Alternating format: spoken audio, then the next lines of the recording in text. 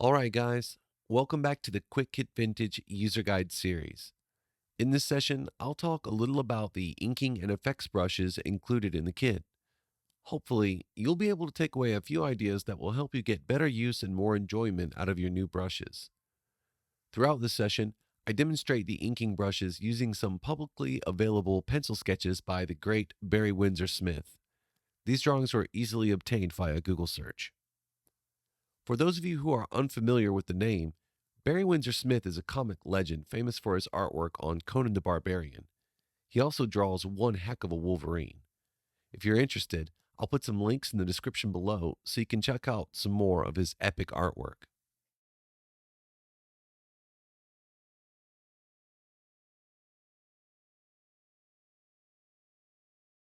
The pen and ink brush set has recently been updated to version 5.1. This update features a few new inkers, updated pressure settings, a few new effects brushes, and a clearer organizational structure. Let's take a look at the inkers and liners first. In the latter half of the video, we'll talk about the effects brushes. In a nutshell, the inkers and liners in this kit were designed to imbue your artwork with a subtle roughness.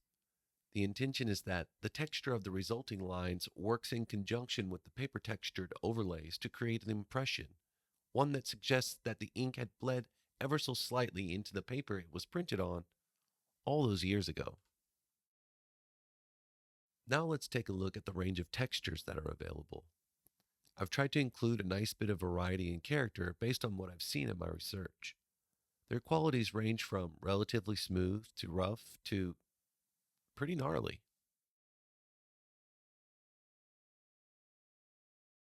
The paper overlays really help drive home that old printed look, but you don't always have to use them. In fact, if you intend to actually print your artwork, depending on the situation, it's probably best to disable these. That's a discussion for another day, though. If you're like me and you're just looking for those vintage feels, then by all means, let it be.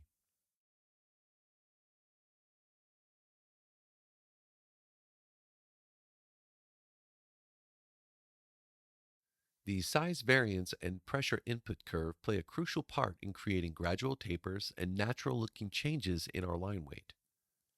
Let's open up one of the brushes and take a look at the size variance and input curve.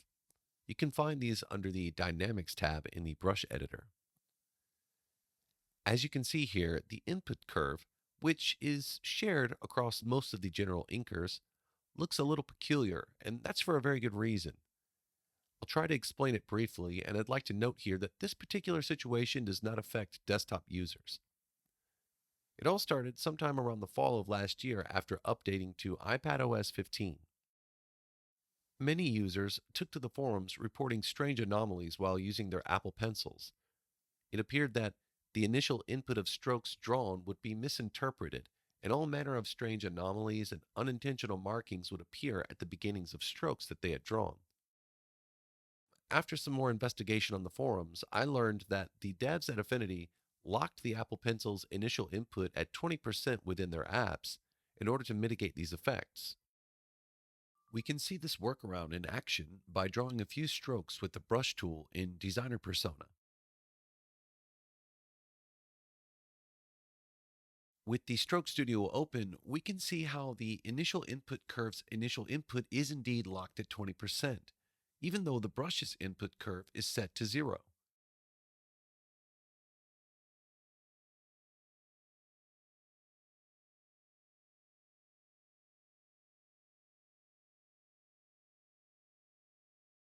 As you can see, this workaround was skillfully implemented. Its effects on the taper of the strokes is negligible. And of course, in Designer Persona, we can simply edit our pressure curves. That being said, this workaround has also limited our ability to get super sharp tapers in Pixel Persona where we cannot edit our strokes after they have been made.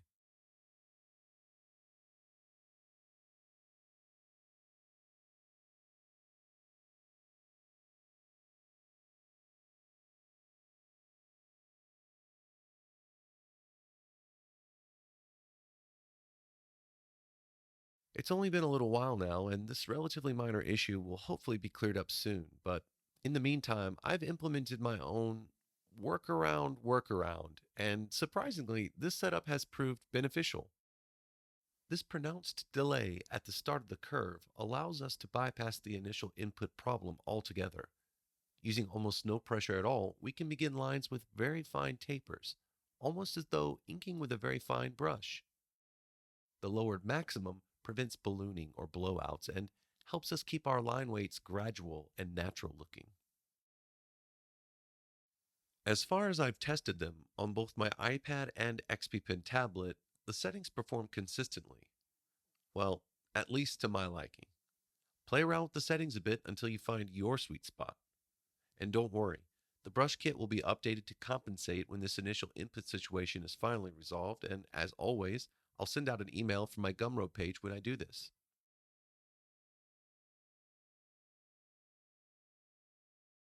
The liners are an essential utility. Occasionally, while drawing a comic scene, we need to be able to draw lines with a dead weight. That is, lines that don't taper or vary in weight. These get the job done and more. Firstly, and most importantly, while holding Shift on both an iPad keyboard or a desktop, we can draw vertical or horizontal straight lines perfectly, as if they were drawn with a ruler. While still holding Shift, we can tap at imagined vertices to create sharp angles.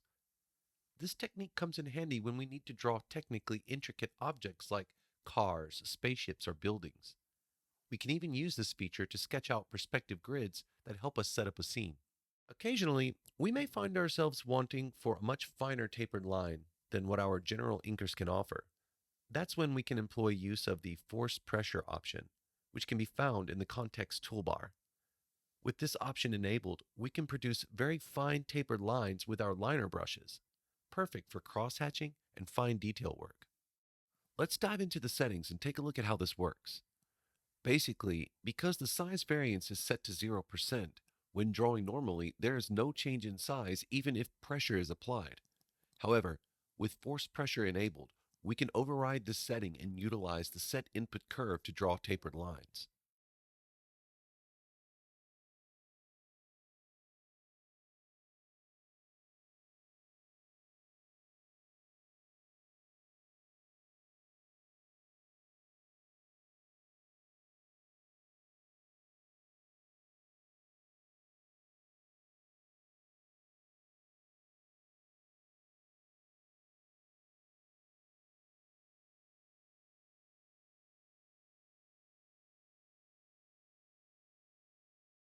Well, that about does it for the inkers and liners. While the general inkers can handle just about any job on their own, I will occasionally need to bring the liners into the equation in order to clearly define smaller, more intricate detail. For these Barry Windsor Smith examples, the inkers were mostly used for the muscle and form definition, while the liners and force pressure were used for his facial expression and defining subtleties in his musculature.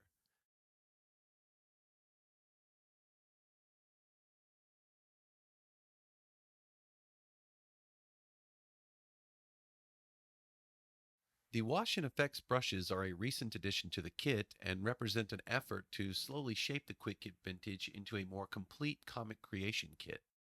I've talked a little about this in some of my older videos, but basically, I've included some of the brushes from my original comic creation kit, which was retired last year.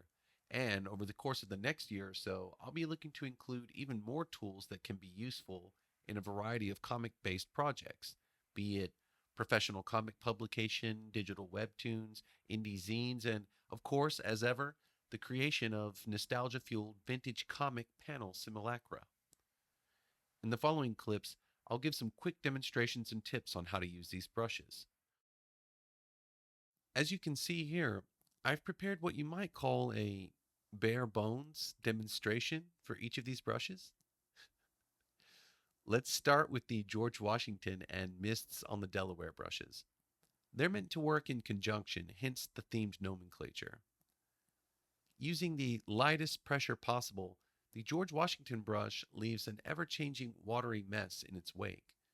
By applying slight pressure, you can control this wake, and with continued pressure, you can control the opacity of the coverage. I find it very satisfying to paint with. Using the lightest pressure, the watery wake tends to produce very subtle and gradual transitions in tone and texture. So, if we wish it, with this brush, we can quickly build up interesting layers of textured tone and color without producing many noticeable hard edges. The mists on the Delaware Smudge brush uses some of the same nozzles as the George Washington brush. It was designed to help blend and smudge harder edges without destroying that cool watery effect.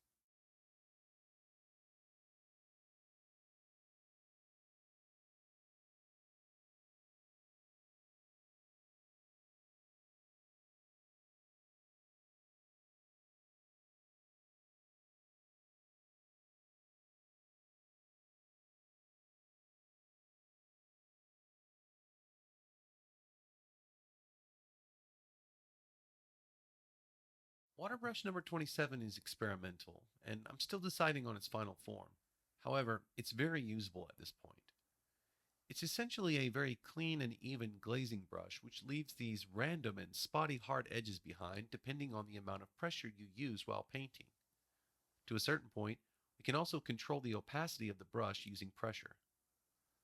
With this brush, we can quickly build up layered tone and color and enjoy the random splotchy edges that appear. Those we like we can keep, and those we don't we can blend. This can imbue the artwork with a certain spontaneity and charm. The Blotchnyavitch is just a slightly edited version of one of the first smudging brushes I ever made. It has a really cool nozzle and texture, which almost gives the impression that a gritty finger or thumb has been used to do the smudging. These two brushes make a great team, but were not created specifically to work together.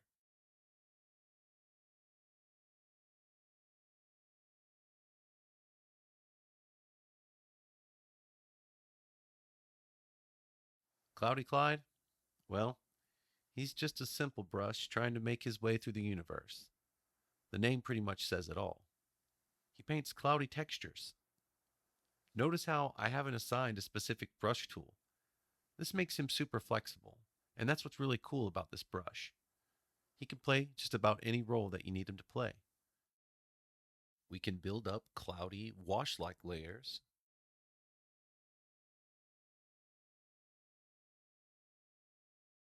We can smudge and blend.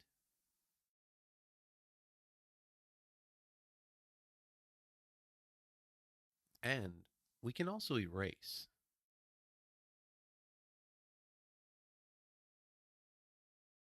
So, yeah, for being a pretty simple brush, it's pretty great at approximating those watery and smoky textures that are often seen in artwork featuring ink wash techniques. There are three duster brushes included in the kit: a light, medium, and heavy. These were transferred over from the old comics kit and are essentially textured shading brushes. Using pressure increases the flow and accumulation at the nozzle, which produces a shading or gradient effect. While these brushes can texture and shade with the best of them, they also make really great smudging brushes. Depending on the brush and the strength setting of the smudge brush tool, you can introduce really cool spray, splatter, or speckling textures into your washes or coloring work. Check out this example from my iPad. First, I lay down some flat color using everybody's favorite flatting brush, Ermahgerd.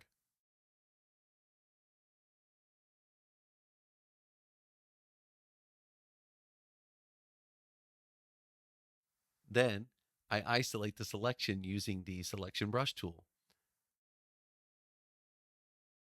After laying down some loose indications of light and value, I go back in and smudge it up with the heavy duster.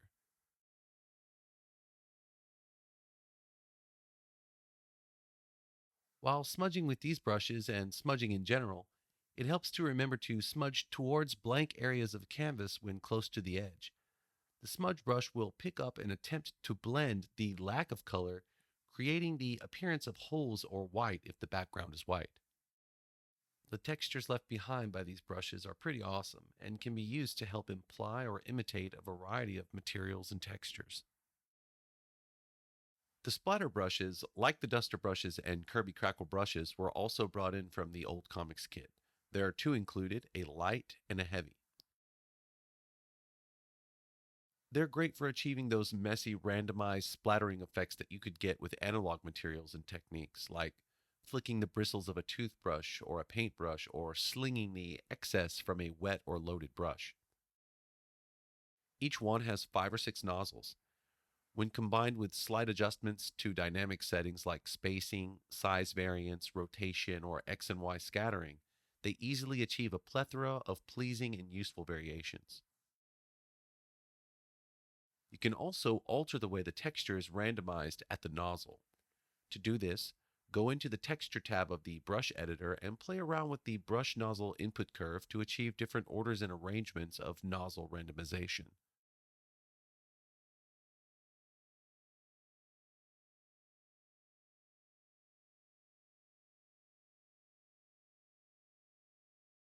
You can also use the nozzles in a stamp-like fashion by simply pressing once on the screen or tablet with your pen. This works especially well on desktops because you can see the next brush image in the sequence before placing your mark. You can sort of fit them together like puzzle pieces to create new and interesting arrangements.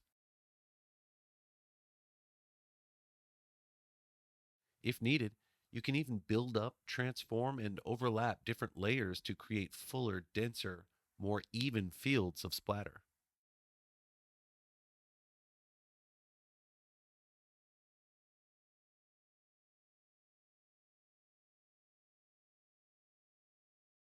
Smudging with these brushes is also possible, but it is a little bit more difficult as the nozzle's blending behavior can be predictably unpredictable.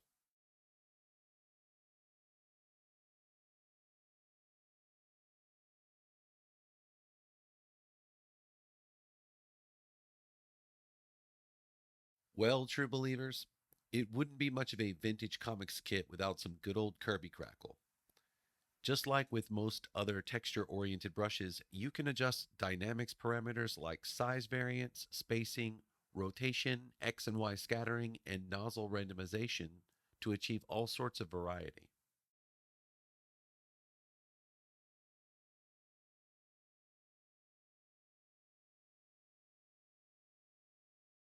Rather than simply varying the patterns, you might even create your own variant brushes. It's easy. First, duplicate one of the brushes so as not to destroy the original. From there, go into the Texture tab and remove a few of the dot nozzles. Trust me, each one has plenty to spare, and sometimes less is more.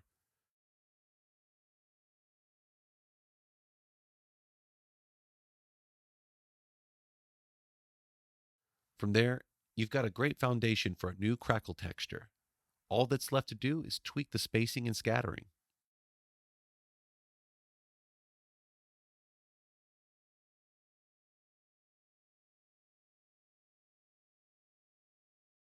For those of you who haven't seen the Doom demonstration, I wanted to take a moment here at the end to talk a little bit more about Ermahgerd.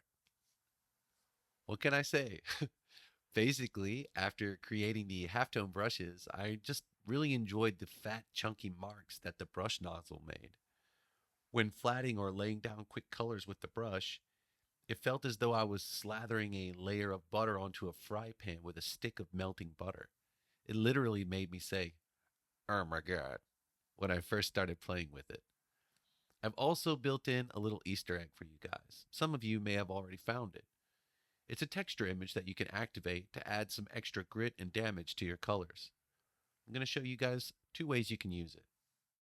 The first way is to simply set the texture mode to Final.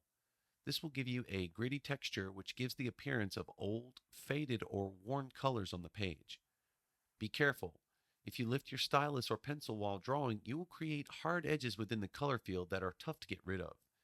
For optimal results, it's best to handle this texture mode with single, continuous, or unbroken strokes. It has a really nice effect when used in conjunction with the paper textured overlays.